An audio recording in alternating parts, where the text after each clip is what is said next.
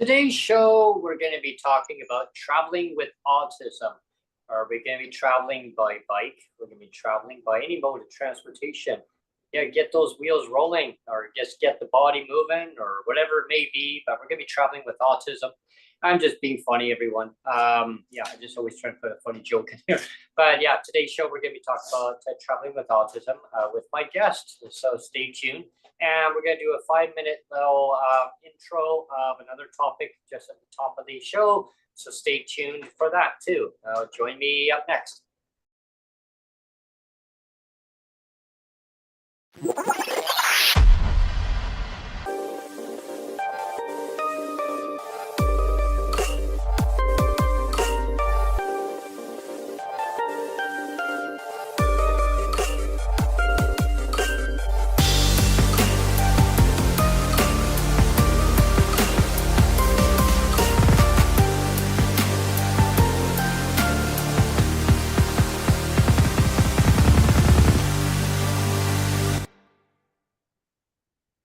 Hello, and thanks for tuning in to PWD Allies podcast. My name is Brent Frayne. I'm the host, coming to you from Victoria, British Columbia. A nice, hot, sunny day. It's going to get up to about 30 degrees today. Relative humidity, approximately about 32, 33. So it's going to be a hot one. Maybe about 18 by the water. So if you want to soak up the sun rays, but still stay a little bit cool, go to the beach. And today's the 30th of June already. Wow. Tomorrow, July 1st, Canada Day. You notice that I'm wearing my red. I see that. Yeah, because I figure we're not doing a Canada Day show, so I thought, well, I'll wear my red early. Yeah, that's great. And on today's show, we're going to be talking about traveling with autism. With my guest, Peter Cunnington. Hello, Peter. Thanks for joining me today. Great to have you on the show. And also at the top of the show here, we're going to be talking about a very, very pressing topic. So with that being said, I'm going to hand the mic over to you, Neil, and you can take the conversation in that direction. And then after we've done that, we're going to join back with Peter Cunnington, and Peter may join in with the discussion with Neil on the topic that we're going to be talking about. It's not the traveling with autism to begin, but we will be blending back into that momentarily. But there's just a media announcement on our show that we want to put out there to the public to let the public know our viewpoint on a very pressing topic. Not just the public, Brent, but the politicians, right? And the politicians. Yeah. Yes. And let's just get into it right away. Yep. Definitely, if you're here in BC, you'll know the story. There's Charleigh Pollock.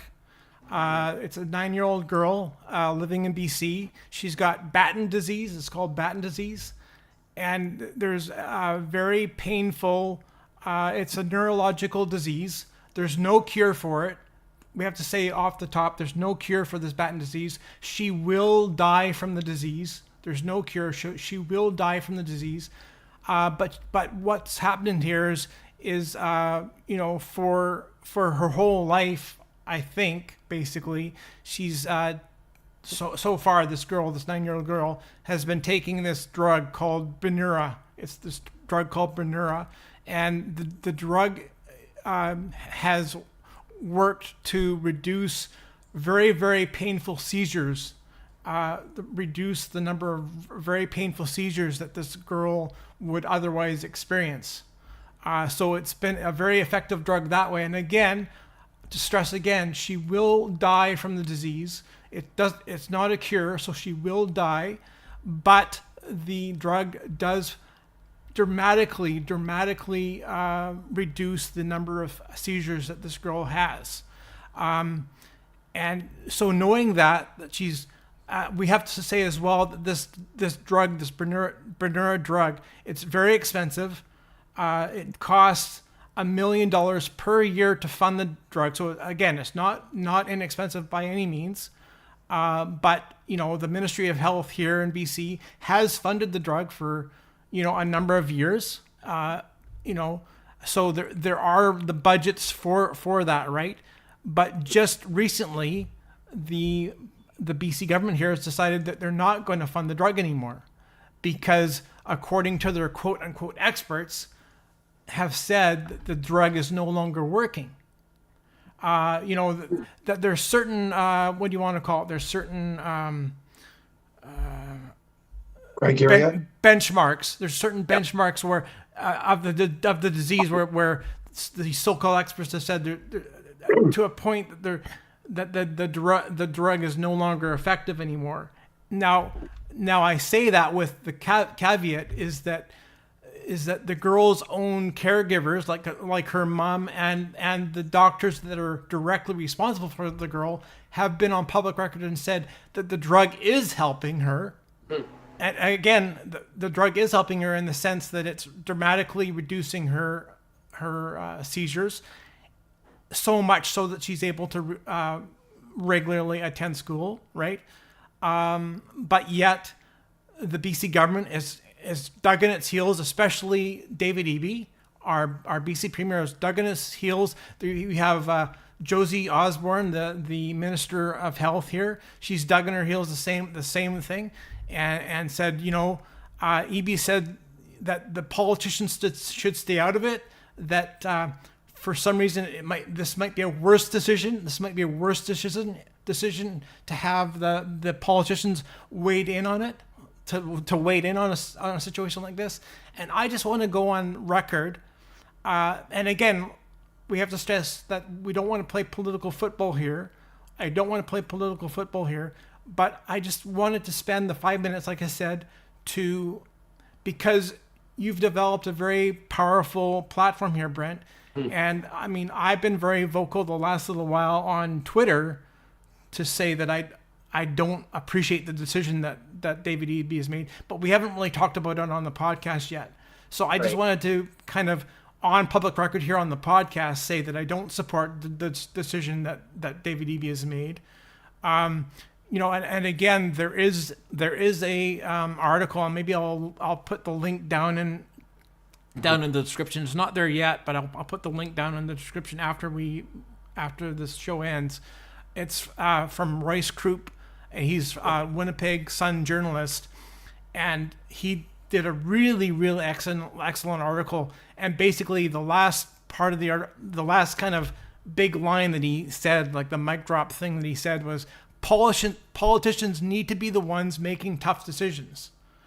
And that's just bang on, because again, you have to remember that David Eby has spent, ever since the election, he has spent, and the last election was in late October of 2024.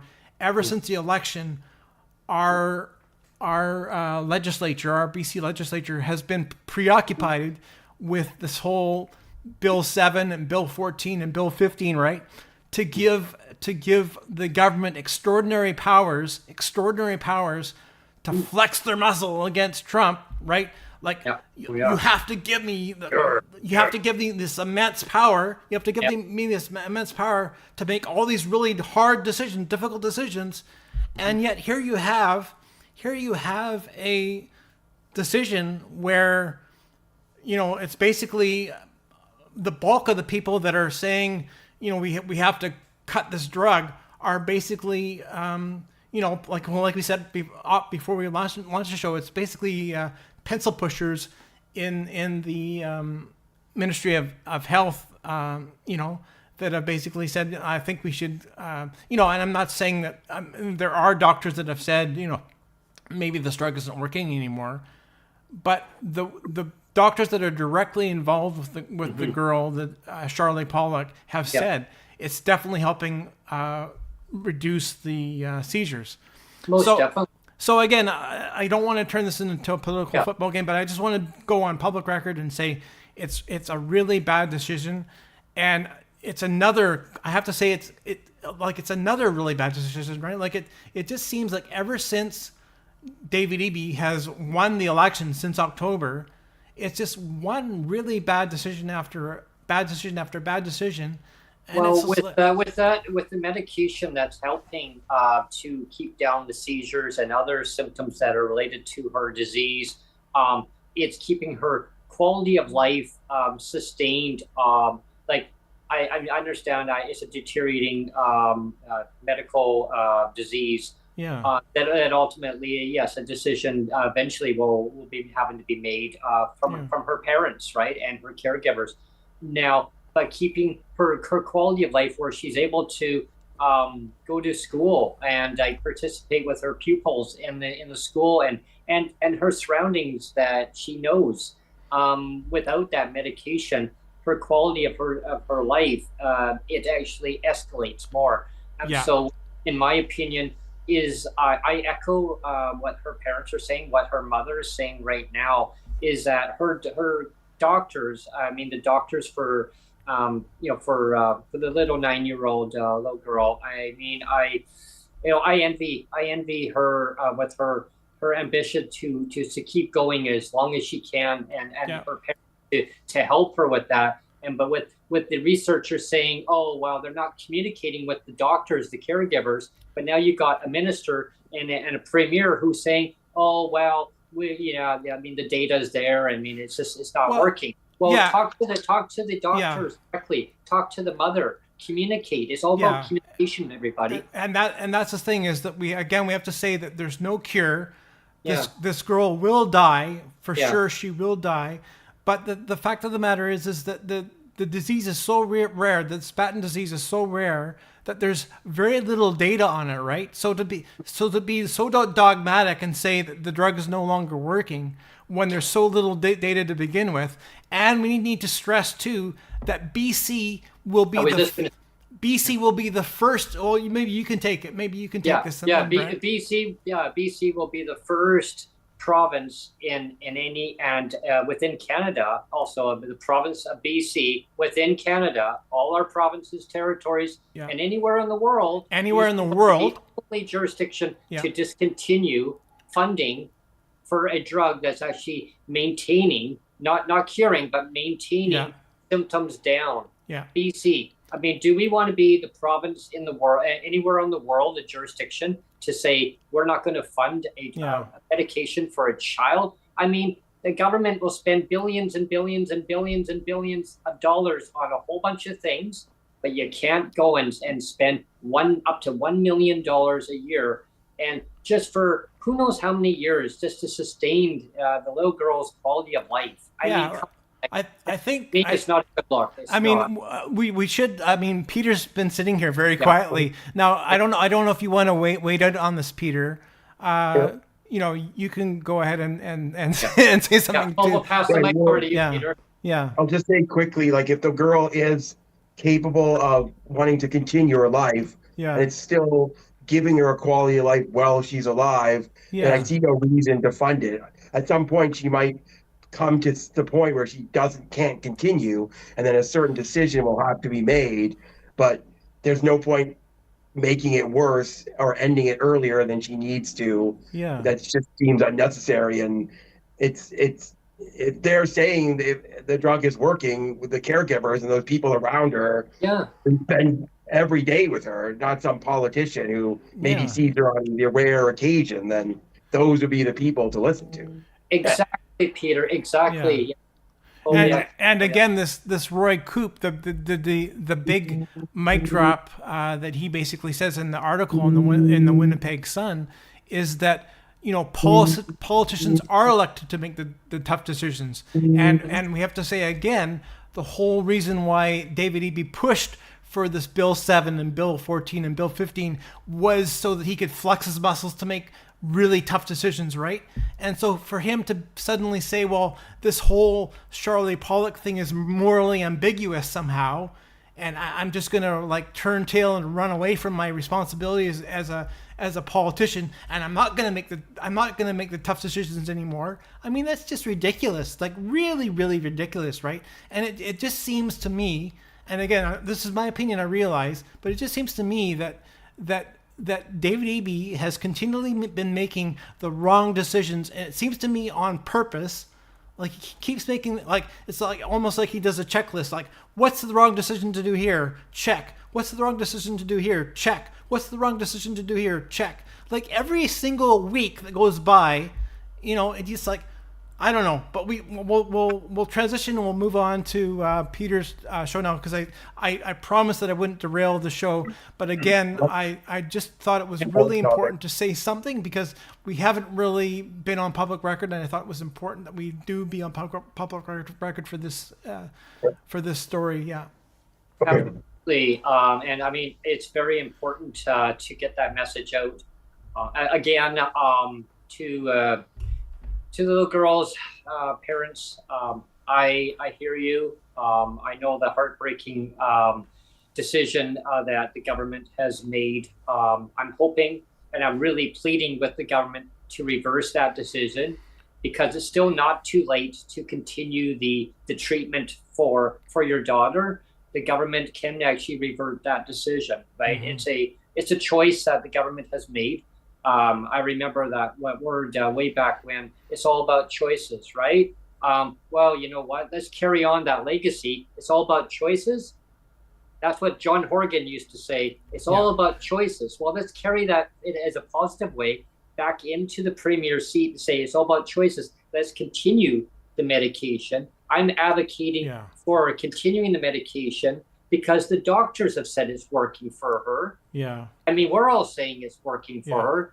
And I mean, look at the smile on her face. Yeah, I know. She's happy. I know. And, I mean, the videos I've seen, and the mother's pleading out to the government, please, you can revert that decision. Yeah. And it's heartbreaking, I know. But it's not too late to revert back and continue on. There is a petition that is floating out there, everybody. If you see it in your Facebook feeds, you'll probably see it on social media. It's everywhere. Maybe I could try to link that as well. So I'll link the article and the petition afterwards. Sure, that sounds great. And with that being said, let's transition over to Peter's traveling journey with autism. How you doing, Peter? Let's talk about traveling with autism. Like I said at the top of the show, I mean, we're traveling by wheels, bicycle, or let's just get the wheels rolling, or you're pushing the body to go, or mind going, or whatever it may be. I just try to put some funny stuff in there because why not, right? I mean, but at the same time, I mean, traveling with autism is serious, though, at the same time. But how is it traveling with autism, Peter? Okay, well, what I'll say was, when I was younger, like, I didn't do as much traveling on my own. I mean, our family traveled because, I don't know if I mentioned this, I was born in the UK, so I moved when I was quite young to Vancouver, and then eventually I moved to Victoria. So we would travel a lot. We would travel in the Lower Mainland, because we would go from Vancouver to Maple Ridge, because that's where my cousins and my my other mom's grandma, who's now sadly dead. That was a long time ago. It was like 15, when I was like 15. That was like maybe 30, quite a long time ago now, 25 years ago or so. So she died a long time ago. But my other grandparents, they still lived in the UK. So occasionally we would go visit them in the UK. And it wasn't really much when I was a kid, because I would go with my parents, and it was easy and stuff like that, and things of that nature. As I got to be older, like, I mean, I traveled locally. Like, I started, maybe not as early as some people, but because I lived fairly close to my school. So one school I lived walking distance from, an elementary school, and then the high school, there was a bus. So I didn't really need to take the regular city bus. But then later I got a job, and it was downtown, but I didn't live downtown. I lived way in the Saanich area. So my parents were like, okay, maybe start taking the bus more, because they didn't want to drive me every time. So I took the bus and figured out what routes to catch, and I just figured out where to get off, and then I knew where to get off, and then I would walk the rest of the way, because I was close. I'd already walked. I just asked the bus driver where the stop that I need to get off was, and then he told me, and I was able to get off at that stop, and I knew at that stop because that area was more familiar to me. Yes. But then as I got older, I started to do some more traveling, like further away traveling, and I would, it really started more when I was started getting involved in like organizations, like autism organizations. They were doing, like, I heard about conferences that were further away, and I wanted to go to these conferences, but they were not like close by. They were there's one conference that's really good called Inclusion BC conference, and that's obviously BC, so they located in Vancouver, but they have the conference throughout British Columbia. And at the time, it was in Nanaimo, but I didn't know anybody or get a ride or anything. I didn't know what if I wanted to go to it, but it sounded great. And then they also had funding, like actual money to cover people's expenditures.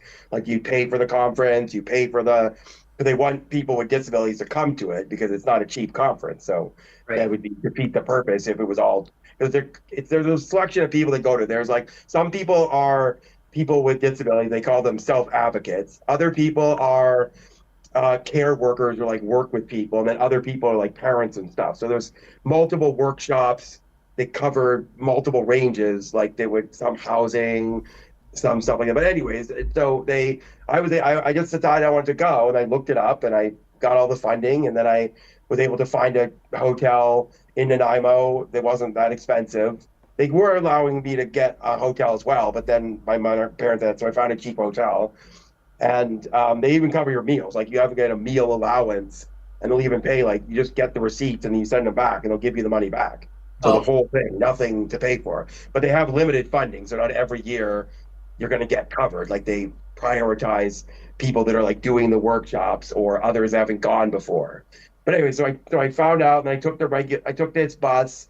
It's like a transit bus, and it goes from Victoria, and it drops you off in the town of Nanaimo. I can't remember, somewhere in the town of Nanaimo. Duncan, yeah. And then, ironically, I met somebody, because apparently it's really strange. It like drops you off in Nanaimo, but then you have to pick it up like at the ferry or something. It's very confusing. I don't know why.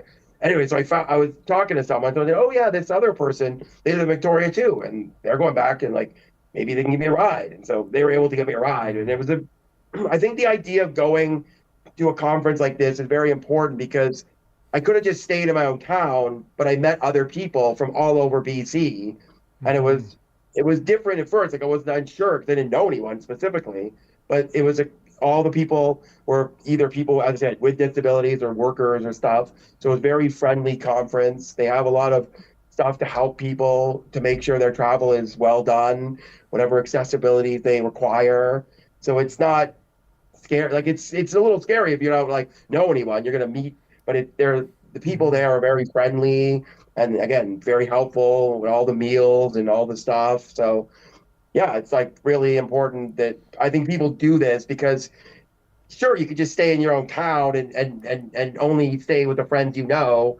But I think it's important to travel out to a place and see others and get to know others that have similar interests or other things you wouldn't have ever met in your own individual town.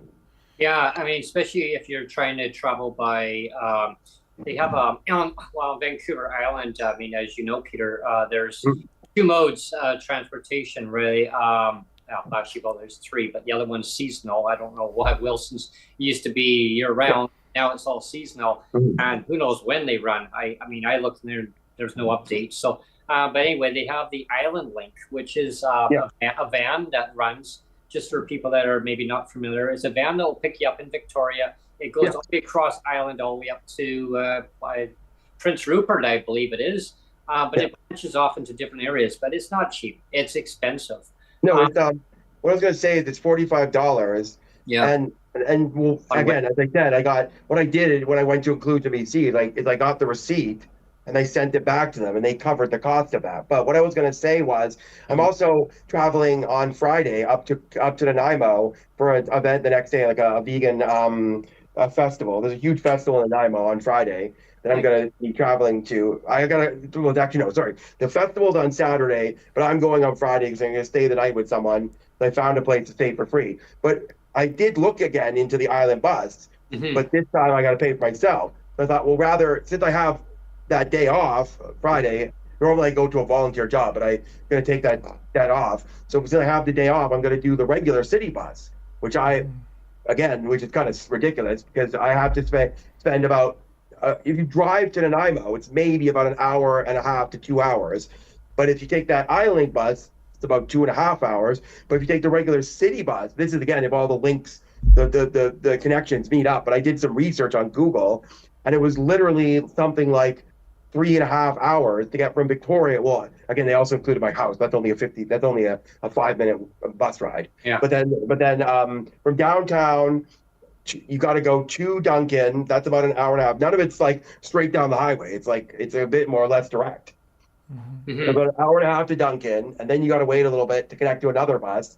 And if they meet up, you gotta. If you go at a different time, it could be up to 5 hours because you got to go on like the Mill Bay ferry or who knows.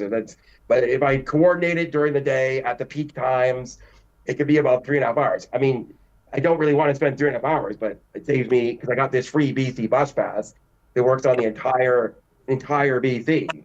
The problem thing with that is going from Victoria to Cowichan, which is Duncan.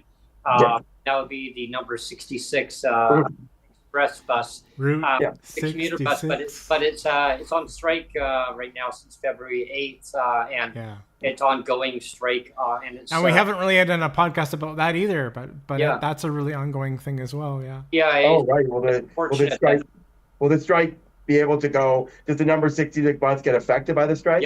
It's actually right now it's being suspended until further notice because it's operated by Cowichan Transit, which actually, just so that all our viewers and listeners know, it's Transdev Canada, which is a French company from France who runs, is contracted out by BC Transit to provide the service for in Cowichan, in BC, in Canada, but they're contracted out by BC Transit to provide that service, a French company.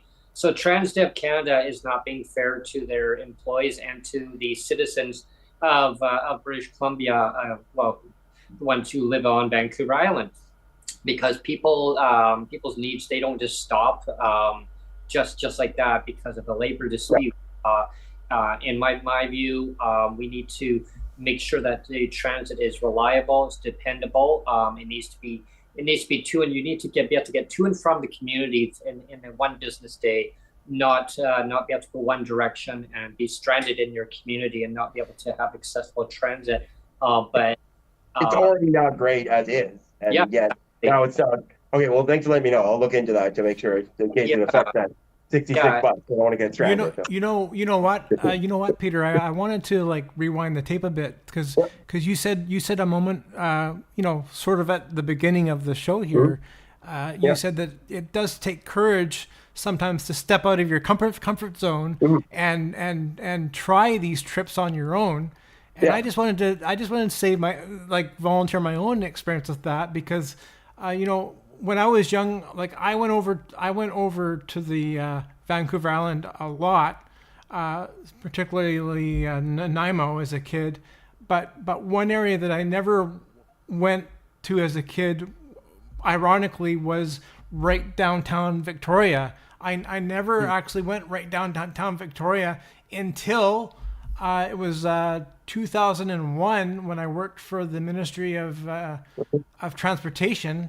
I had to go there for a ministry conference, like a technological conference, because I was working as a data management tech for the Ministry of Highways, and so again I had never gone to the actual downtown core, like the city of Victoria. I'd never been there, and so here I was going by myself. Never been there in my life. Kind of, and how old was I? I don't know. I was 32, I think, 31. So I was still not like I was young, but I was still kind of a little bit freaked. This is the first time I'm going there. Never been there in my life. I'm going there by myself. It was kind of a little bit scary, a little, even as a 31-year-old,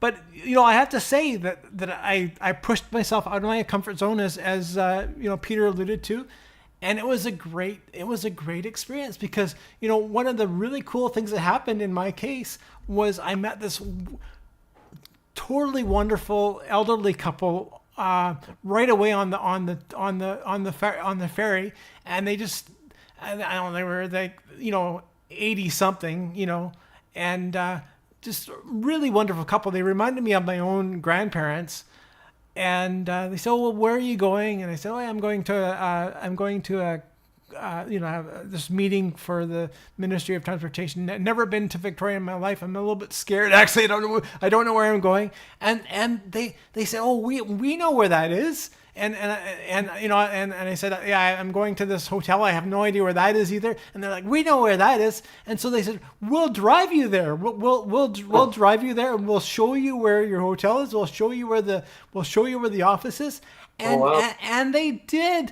And they were so awesome. It's one of those things where it's one of those things where I believe in guardian angels. Like, I believe that God intervenes on certain things, and it was one of those magical things where it's just like, it's like, I'm gonna do this for you, and it was really great, and I had a blast, and I had no idea where I was going, but I remember when I got there, I was like, I think the legislature buildings are that way, and I just started walking, and sure enough, they were there. But I had no idea where I was going. But it was so fun. It was so fun. Had a blast. Yeah. Right. So yeah, go ahead, Peter. Sorry. Okay. Well, anyways, what I was getting back to what I was saying was, and you were mentioning about getting out of your comfort zone. Yeah, sometimes, with traveling with any kind of thing is very challenging. But what I want to make a point about is invisible disabilities. Now, I think a lot of places have done very good job with physical disabilities, like wheelchair ramps and other stuff. But I don't think they've done as good a job with invisible disabilities.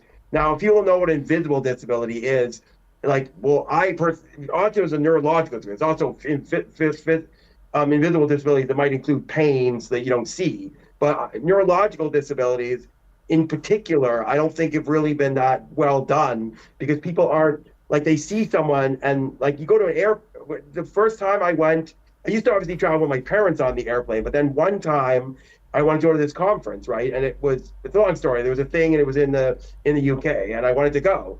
And I knew there were people there I was going to go and see and meet up with, but I didn't really, it was kind of scary for me. So I wanted to, I went now. Apparently now, I didn't know this at the time, would have maybe helped me, or maybe it wasn't even available at the time, but there's a new program where if you have an invisible disability at the airport, you can get a badge or something. I think it's Sun program or something. Okay. And basically any kind of invisible, like a brain injury, like an autism, any kind of invisible disability, and they will treat you differently, not like a kid, but they'll treat you like they know you have this invisible disability. When you get to the thing, if they see you acting a bit erratic or a bit nervous, they won't assume you're some bomb guy or something. Yeah. They'll see the badge. So because they are more trained, and so I think if you just do a bit of, I don't know how many airports will do this, but I think if you are traveling with an invisible disability of any kind, it's very important that you call up the airport or contact somebody and say, look, I've got this invisible disability. Is there anything, because there's if you actually, ironically, if you look up the symptom, what to look for if there's someone's a bomb person, and you also look up autism, some of them actually overlap. They're actually crossing over. So people might say, oh, this guy's acting nervous. Maybe he's hiding a bomb in his bag. Well, no, because that's just some people, and again, like a brain injury or something. And so I think it's a lot important ideally they should be educated in the first place on this, but if you know you're traveling, just do a little preparation, get yourself, contact the airport, the place you're going to go to, and say, look, I've got this invisible disability, autism, brain injury, whatever, and they will make sure, hopefully they'll make sure they can, accommodate so you get some more time, or you can go on the plane early, or just whatever, that kind of thing. You want to, that kind of stuff. So, yeah.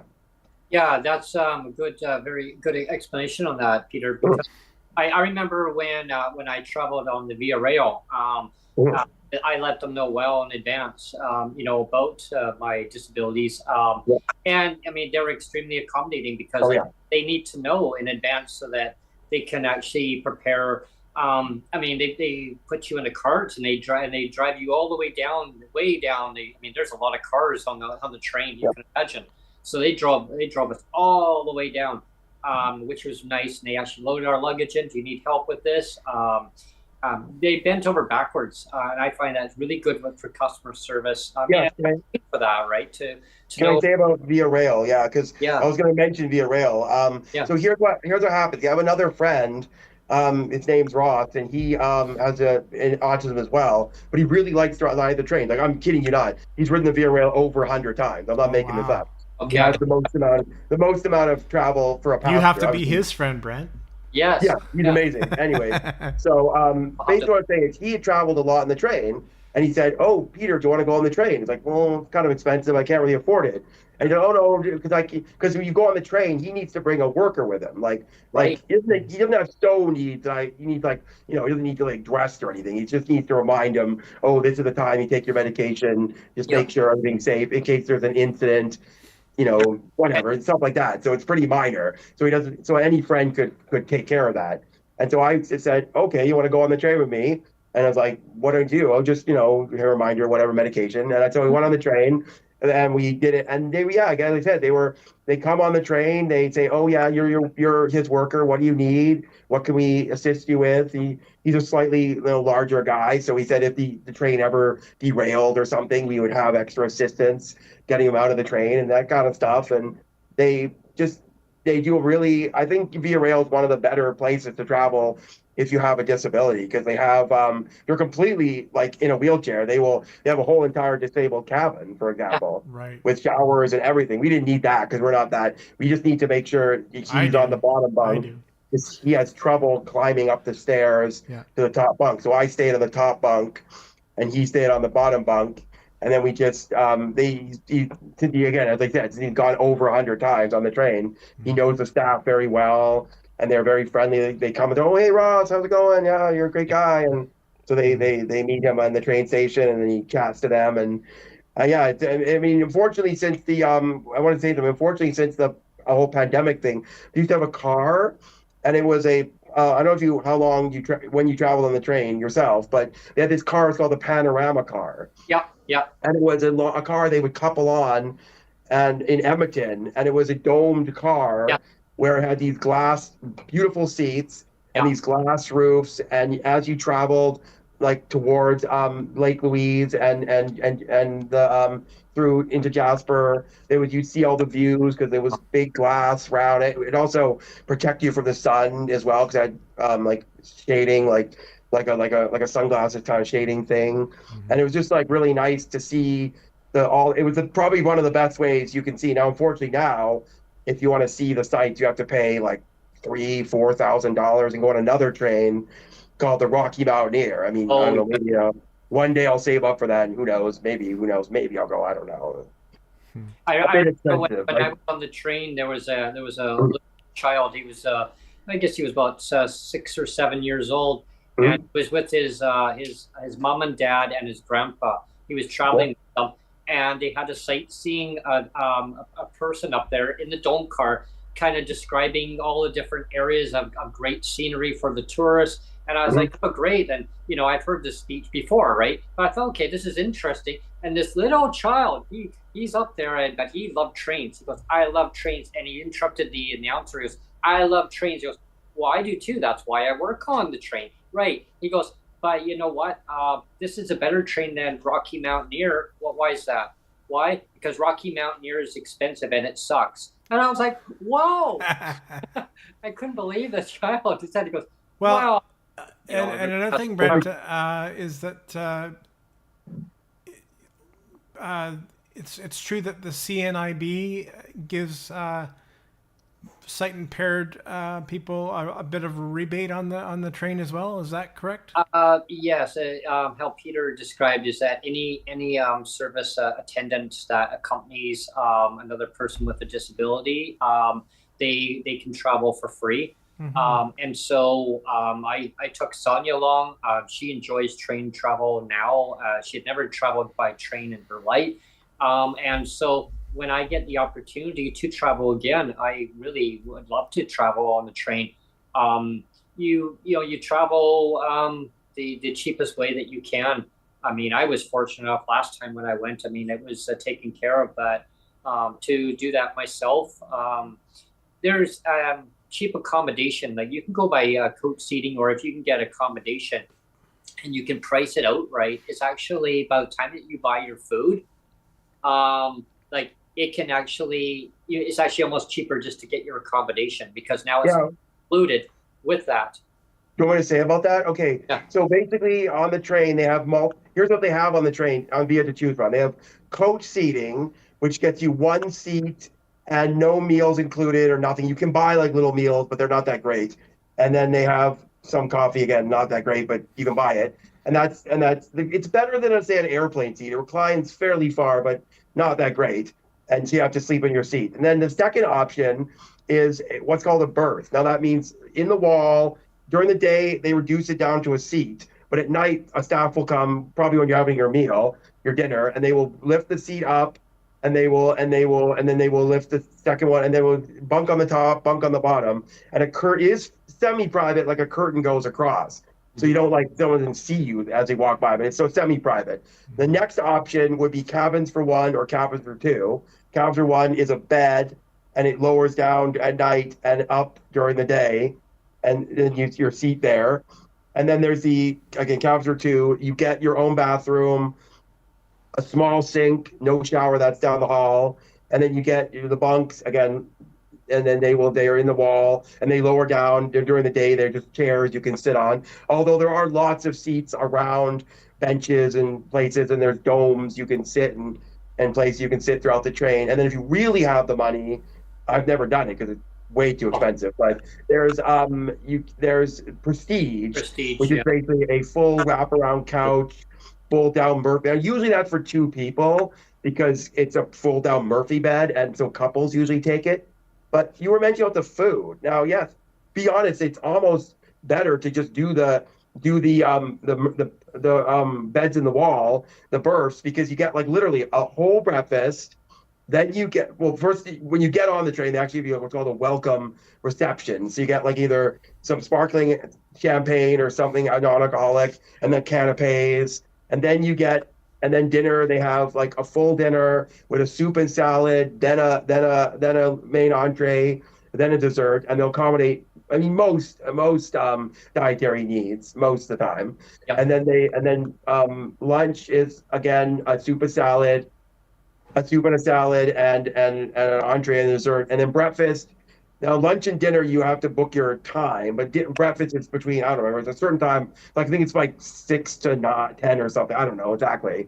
Right. And then that is just one thing, and they have a selection, and then you'll get all these like soft drinks. So really, if you're wanting to, I've never done coach because I really don't want to.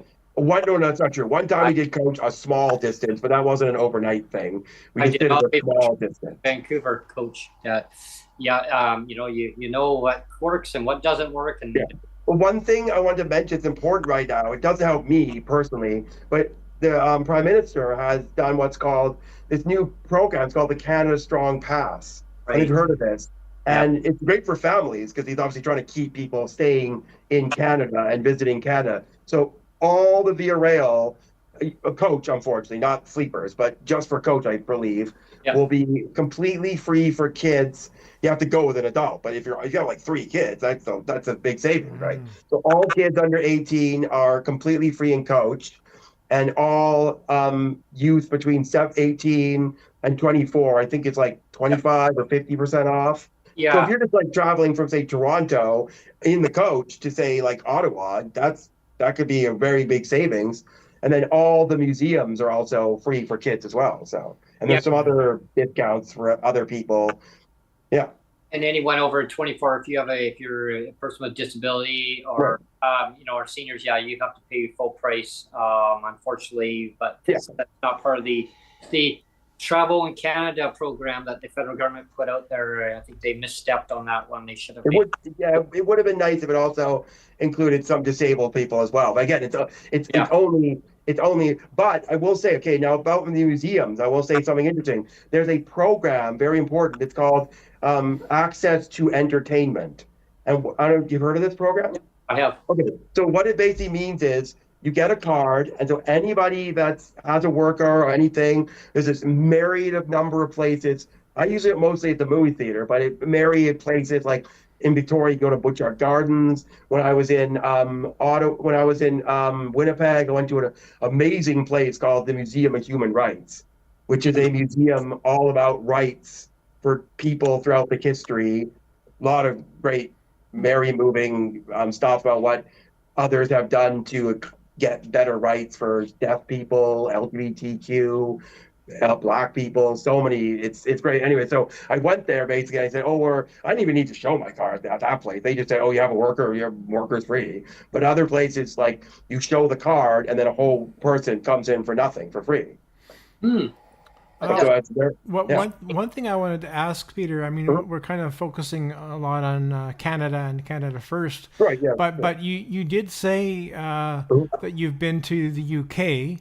Yes. And does that include Scotland? Have you been to Scotland? Because that's my heritage, by the way. Here's where I've gone. Okay, here's what in what I'm trying to think of the details. Okay, so I went the first time on my own to Scotland for this conference that I don't go to anymore. Long story, but I met some people there, and I went there, and I think it was 2025, something like that, 2025, right? Okay, so I went there, and my mom drove me to the airport, and he at least saw me to the airport, and then I went through security, and then I knew what gate I had it all, and what I really helpful. I don't know how I would have done it before this, but Google Maps and stuff on my phone. Like I just typed in the location, and even in a foreign country. So when I got off the airplane, I went to this kiosk and got like a SIM card, so then it worked in the UK, right? And then I caught a train. I think I went to the England first, and then I caught a train, or maybe it was flying. I can't remember. One time I took a train, one time I flew. But I went and I got into Scotland. And then I found my my hostel place by using my phone, and it told me like where to go. And to me, that's like, for a person with disability, that's very helpful, because I don't really do well with like looking at a map and guessing. I just like, this told me to go this way, this told me to go this way, so I did it, and I got to exactly where I was supposed to go to. Yeah. And then another time. Oh, sorry, you gonna say something? No, I was just gonna say, like, you can continue. I don't want to derail you, but I wanted to say too, like, do you have if we talk comparison contrast between Canada and say UK, do you have any kind of social commentary, like some things that stick out, like a big difference between the UK versus Canada as far as like attitudinal things? I will say it's like busier. It's more like, I will say if you have sensory like issues, it's kind of like overwhelming with all like the stuff. I mean, they have more, I think, well, obviously in London, but in London they have amazing transportation like all over the place, because it's then basically you can travel on trains, buses. It's very, very good, and they run like all the time. Like you miss one comes seconds later. That's one great thing. In terms of how it's like different, I mean, it's in England. I personally, the only time, no, I'm trying to think if I've ever traveled on my own. I have traveled to France. That's a non-speaking English country. And I'm trying to think if I've gone anywhere else. No, I've never gone anywhere except for France. It's a non-speaking English country. And I only went to Paris with my parents when I was young. And then one time we went for my grandpa's 90th birthday. First we went to Paris, then we went to a countryside with all our cousins and stuff. And we just stayed in like a little villa in the countryside. But yeah, no, I can't imagine. Personally, I would not want to travel to a non-speaking country unless I went with somebody who was very knowledge, because it's okay in the UK because I have, again, relatives there and I know people. So it's like, and again, they speak English. Well, sort of English, like English. Sometimes it can be like, they say a word and you're like, it's technically English, but doesn't sound like the English you know. But anyway, so. I mean, I'll share this funny little story. Maybe it's not going to be funny. I don't know, but a couple of podcasts ago, I talked about finding a place for a cheap massage. So they're like, I was saying that if you have cerebral palsy, it's really good to get regular massage if you can. And there's a place by my house that has really cheap massage, and a lot of the workers there are workers that don't speak English. Like a lot of them are Chinese actually, and so you go in there, you lay down on the table, and the first thing that they do is they put the phone in your face and say, speak what you want, kind of thing, and then I'll say something, and then it translates what I'm saying into like Chinese, and so they keep putting their phone in, like, what do you want, and then like if you're not speaking clearly enough or something, and then they're all confused, and they're they keep putting the phone in my face, like, say it again. Anyway, that's just kind of a funny thing. I will say, you're mentioning technology. I will say, I think that's a really important thing. Again, it's another thing comes back. Unfortunately, the technology is very good for traveling, I think, because there's lots of stuff. Like, here's an example. If you're deaf, there's actually these gloves you can wear, and you wear them. And when you do the sign language, it'll just immediately speak the sign language. I've heard about that, actually, yeah. That's another problem. See, people think, oh, all this technology, great, but it's not funded or covered because it's sort of experimental. Like, people know that Stephen Hawking had one of those talking computers. Well, people don't realize, like, that's not a normal. Everyone who is nonverbal doesn't just given a talking computer. You have to apply for it. It's not always a guarantee. Exactly. So I think if the government was starting to, because it can help people to get out. Like, technology can really help you to travel further, get to where you need to get to, and really broadens your. Again, you talk about the phone. If you go to a foreign country, that could be really helpful. And you speak it, and you tells you. I mean, I think that's probably just like an app on your phone you can download.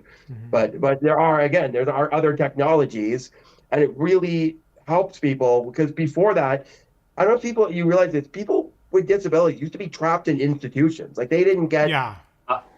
Like, they didn't get to travel at all. They just got to stay in their institution, and it was just not feasible because the world was not set up at all for traveling with disabilities. And people would, again, you'd see, I don't know if you've seen the movie, have you seen the movie Rain Man?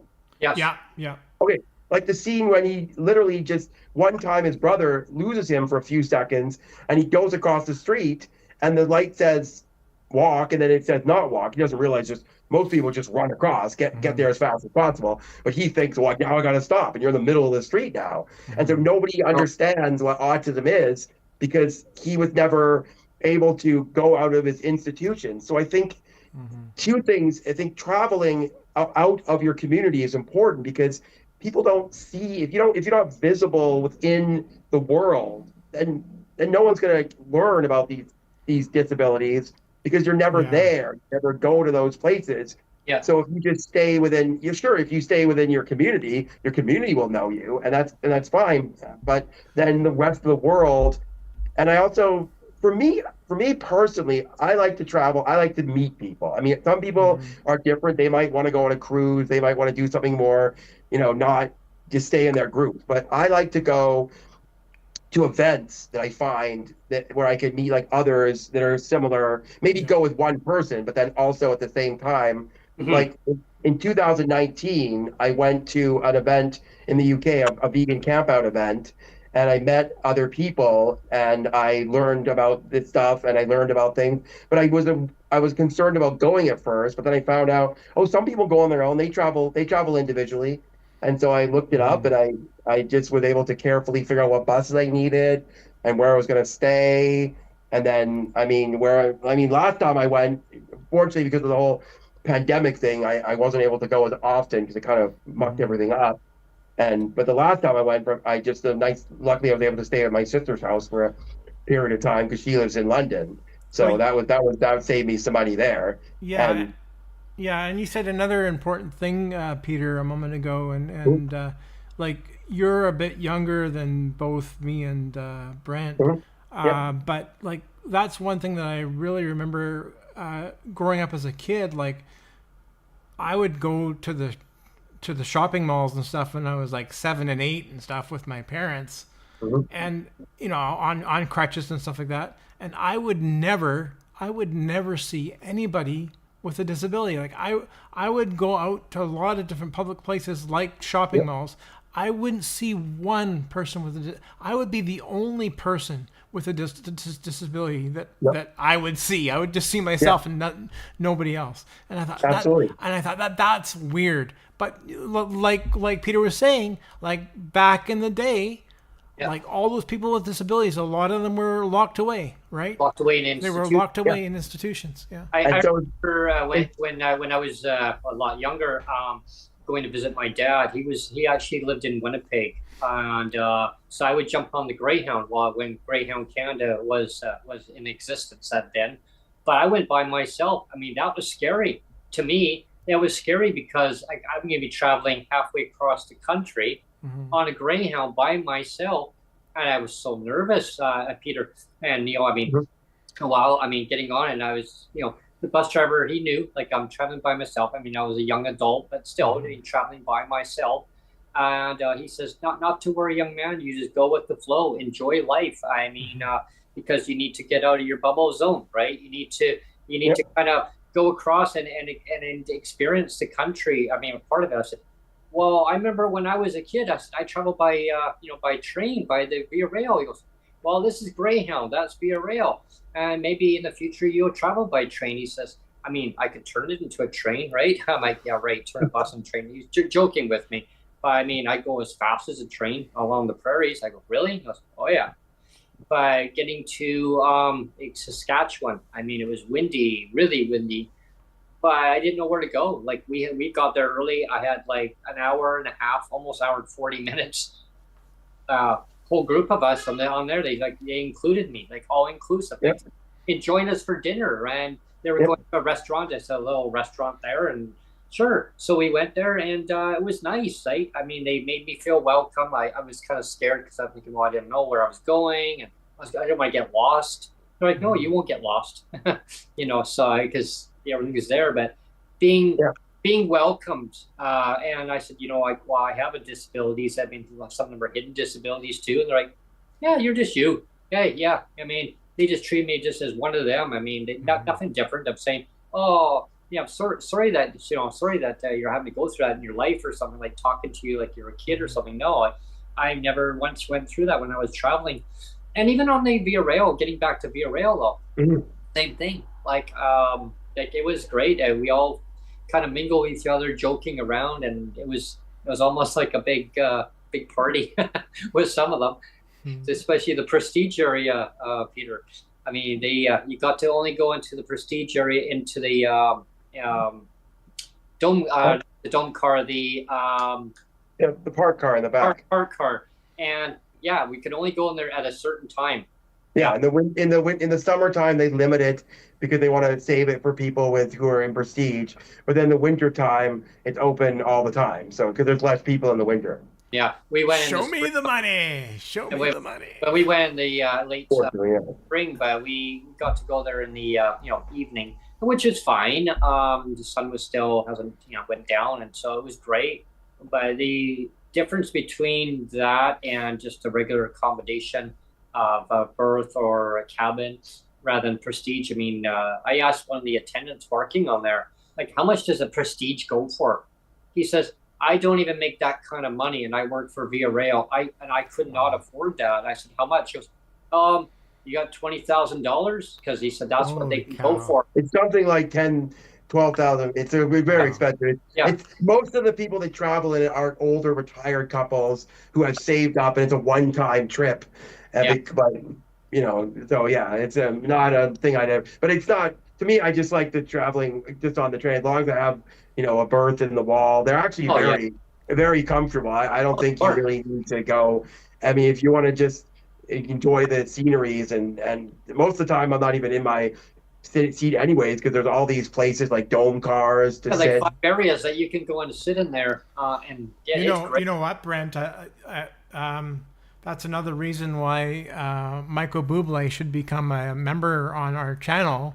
Yeah. So that he can pick the Bublé membership, and then he can fund our trip. You and I can go on a train trip, and I can get the Prestige car and have my own shower. It'd be great.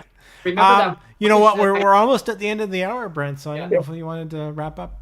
Remember all those lights on the train? I did that one footage. Oh yeah, yeah. There was a lady that was coming out of the Prestige out of there, and she's like, "Get that camera out of here!" Don't. And of course, it blinked. I was like, "Yeah, no, I'm not filming. It's all the lights along there." It's like, and there was nothing extravagant about it, though. Everyone, I mean, great if it works for you and you want to do Prestige. I mean, well, fine. I mean, for somebody like me in a wheelchair, like I would be kind of forced to do that. Well, wouldn't I? To be honest, right? To be honest, you can get the disabled cabin. That they lift you up right into the disabled cabin, and that has its own shower, and that doesn't cost any extra. That's okay. Well, that's good. You have to book it in advance because there's only one of them, so it's not.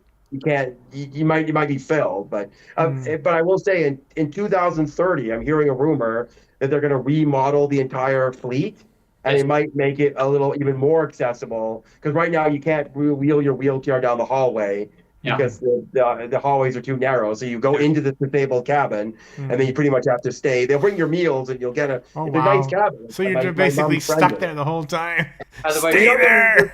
You get stuck in the corridor. You kind of have to stay in that area because, as I said, the hallways are old, they're narrow. But as I'm hearing a rumor, they're gonna. You never know, they might widen them. I don't know what the plan is, but in 2030, in 5 years, they're gonna, and they might bring back that panorama car because it died because of the pandemic and never came back. And so there's stuff there. In 2030 is the plan. So wait till then. Good to know. Yeah, it's gonna be very. For wrapping up, I'll just say about traveling. You don't have to travel like really. We're talking about the Via Rail. That could be out of people's budgets. But I think just any kind of, like, for example, you can get a BC Parks camping pass, and you can just go to any BC parks in the whole of BC. And just going to another, just like go over to, Victoria, you can just take a 30-minute ferry to like Salt Spring Island, even just that little amount. But just maybe if you're nervous, start with something small. Just like go, to, again, Salt Spring Island, maybe for the day. Salt Spring Island is beautiful. I've been there once. It's great. And then try something else, try something a little further away. Just do whatever is like in your comfort zone, but don't go too crazy because it might overwhelm you. But just stick sort of, that kind of thing. Yeah. If you start small and you kind of just work your way toward like a smaller community go to, and then just kind of start slowly broaden your horizon a little bit further out, and it works for you, great. And then just keep on just kind of exploring new areas. Just travel across our beautiful country. I mean, as you can, and if you can, because there's so many neat areas that you can go to by public transportation. Yes, our networks need to be fixed up a lot better. I love to see something equivalent to Greyhound. Maybe not Greyhound going all the way across the country, but having an inter-regional transportation networks where they'll connect up across the country. It still pisses me off that that's gone now. I mean, it's been gone for years now, but it just still pisses me off that it's gone. That was one of my favorite ways of traveling, because you could go and check out other communities, right? You could get off and, I mean, hey, you got like 45 minutes for your dinner stop. Maybe you got like, I don't know, like a Dairy Queen or somewhere. You could go and just grab something in the middle of some hick town somewhere. And it's neat though. And that's why I like about the train too, because you can actually sometimes you'll have an extra layover time somewhere. And even on like Amtrak, when we went on the U.S. side, right, same thing. But that's another topic, another show. I'm going to date myself again, Brenton. I know you know this. Like back in the day when I would go to Dairy Queen, they always had the Dennis the Menace, right, on the side of the cups. Yeah. Remember the Dennis the Menace cartoons? They were all be on the side of the cups, on all the cups, and it was great. You look at they did Dennis the Menace. Yeah. Or how about the dip cones? You just dip it down. The dip cones, yeah. But I was thinking, well, how do they do that? So I used to go, they go doop and then doop. So hard. Yeah. Anyway, I want to thank Peter for coming on today. It was an awesome show.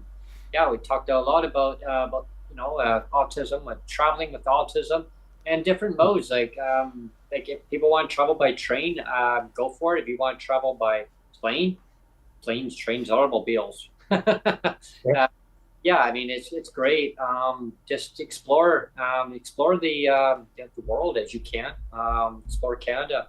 Go to the U.K. if you can. Go to the U.S. I mean, go wherever you want to go, wherever the sites may take you. And know that your disability is who you are. Don't change yourself for nobody. I mean, governments have to accept a person for who they are, treat them with dignity and respect. We are citizens. I mean, just show it.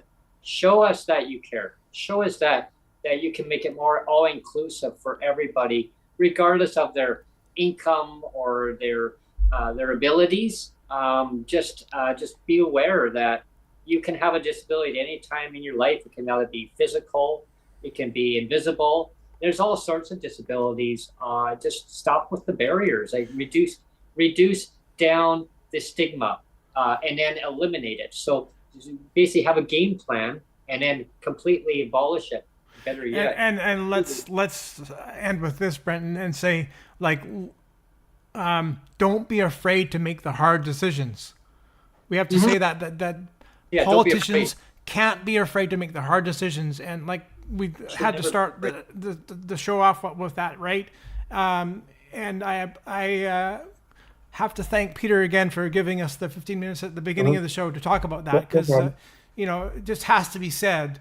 That I wanted to correct something I just mentioned. I said reduce down the stigma. Actually, I'm going to rephrase that. Is that eliminate the stigma is what I meant to say. Right. Is because if they reduce, that's kind of like saying the government, well, we're increasing rates. Well, no, like immediately do it. Like it's more of a adjective, right? And so like I just want to makes sense. Somebody will listen back and say, well, no, you said reduce. Well, no, like we need to eliminate the stigma. We need to eliminate barriers. Just kind of like that poverty reduction. Like, what does that mean? What does that mean? Yeah. How about when you're not actually reducing anything? Yeah, poverty elimination is what it should be called. Yeah. Anyway. Yeah, I want to thank everyone for tuning in. I usually say at the top of the show, like, subscribe, share, and comment. But I'm going to say that now to everybody is that way. I really appreciate your time that you put in listening to our shows. It's great, great audience, a lot of feedbacks. If you'd love to be on the show, reach out. You want to be a guest, because we're going to be lining up some more shows, definitely in the fall too. There's stuff in the summer that's going to be available for coming on. Brent's taking 2 weeks off. Like next show's on next Friday. you want to block off a whole next 2 weeks, right? They're basically blocked off, except our last show is going to be on Friday. We have to say it's going to be Susan Abel. She's going to talk all about basic income. That'll be coming on Friday, and then it's going to be a full 2 weeks off, right? Well, I'm looking at the calendar now. So your next show is going to be Susan, and she's going to be talking about Susan Abel, and she's Abel's, I think, if I pronounce her name Abel, right. I think it's Abel or Abel, and so she's on Friday, July the 4th. July the 4th, the American holiday, Yeah, we're going to be talking about basic income that day. Yeah. And after that, I'm going to be off, and Neil's going to spend some time with family. I'm spending some time locally, doing some breaking with Brent. I'm going to be doing some coffee time, a little bit of local travel segment, go visit Neil while we're off on that time. So we're going to be off. We'll rejoin back on the 21st of July. July 21st will be the next available show that will have a time slot. So mark that on your calendars, everybody. If you want to be a guest on that day, you could be the first up. And we have no idea what that show is going to be. But, it could be welcome. It could be like that. Welcome back, Carter. Oh, welcome back. That's right. Yeah. Welcome back. Welcome back. And we're back. Yeah. I'm not sure what the show will be about then, but maybe it'll be about a show about nothing. But we really appreciate the people that do tune in, and we appreciate the people that are along for the ride, like Peter Cunnington. Like you come on the show, Peter, but you also participate in the chats a lot. Yeah. We appreciate everybody that even if you don't come on the show, we appreciate an active. We appreciate the active. Participation in the chat. And I have to say, because I had the chat all blocked today because I had my notes, so I was it's another show where I wasn't really paying attention to the chat, so I'm sorry, but sometimes it's really active and other times not so, but we do appreciate the active participation. It really helps the channel grow a lot, and it's really become very popular. Definitely, just if you're on Twitter, social media, X, I still call it Twitter. if you're on there and you're following the channel, definitely stay up to date on Neil's YouTube channel, because he has a new feature that he puts on their upcoming guests that are coming up. I love it because it keeps it very categorized.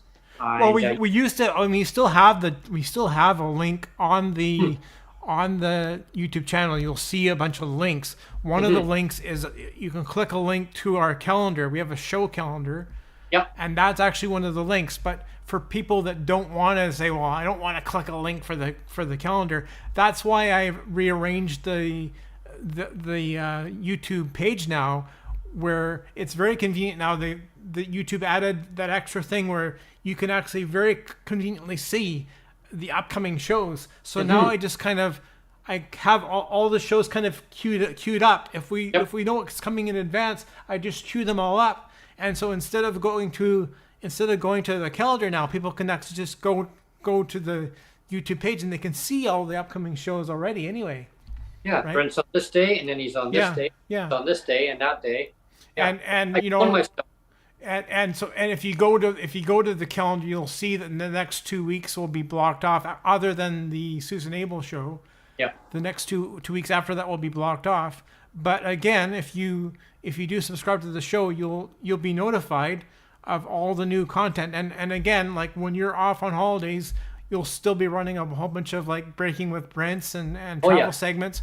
And you know, I'll probably do like a food review with my son Jake, or more gaming stuff. So it's a fun channel. If you want to subscribe, there's a lot of other fun content besides the podcast. Yeah. I mean, thanks. And I mean, some of our viewers and listeners that say, "What? He's not going to go on a train trip this time around?" No, not this time around. That's going to take time. So, yeah, maybe in the near future, I'd like to look at that. I mean, if you want to see us go on a train trip, if you want to be a sponsor for our channel, and you want to have Neil, myself, and Sonia, and well, maybe Peter might want to come along too. I mean, Michael Bublé will, and maybe Michael Bublé. Michael Bublé will sponsor all of us. Yes, yeah, there you are. Yeah. My friend Ross comes with you. Oh, and there you go. There you go. Yeah, we'll all go together. And we'll bring the whole gang on. We'll fill up a whole train of just PWD. Yeah. It'll be the PWD train. Yeah, that'd be great. Yeah, definitely. We'll take the show on the road then. Yeah, we'll be broadcasting live on location. But yeah, I'm definitely just be doing some local travel within the parameters here, and just definitely stay tuned for, like I say, Breaking with Brent segments that come up, and definitely on July 1st there's going to be the fireworks for Victoria for Canada Day. I'm going to be doing a little bit of segments. Happy Canada Day, Red.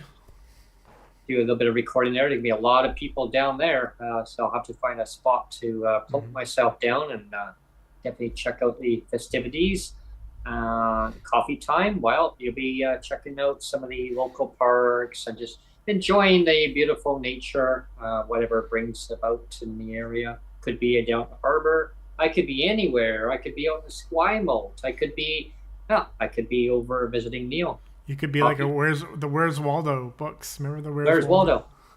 I would be anywhere. And then the mini travel segments. So just stay tuned, and you'll stay up to date on where I am and what's going on. And just every so often I'll be popping those out. So just stay tuned, subscribe. Yeah. Thank you, everyone, and thanks, Peter. Thanks, Peter. Thanks for Peter for you coming on. Greatly appreciated. And yeah, anytime you want to come on, just reach out. We'll get you on. And anyone else wants to come on, definitely reach out. Thank you. Yeah. Bye, everyone. Here, happy Canada Day.